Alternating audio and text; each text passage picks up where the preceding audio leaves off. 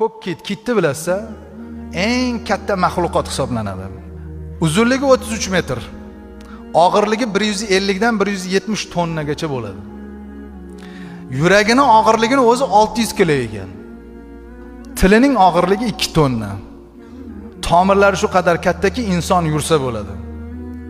Ko'k kit shunchalik katta bo'lishiga qaramay, uzunligi 5 sm keladigan Kril nomli dengizda bir balig'ini yer ekan. Eng qizig'i, bir kunda 40 millionta o'shanaqa baliqni yer ekan.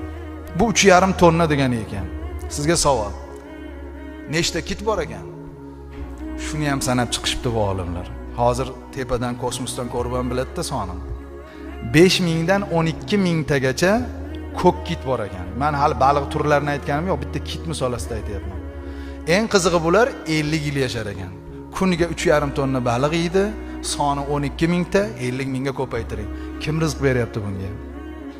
Uyimizga ikkita mehmon kelib qolsa qachon ketar ekan deymiz. Chunki ovqat qilish kerak, mehmon qilish kerak-da uni.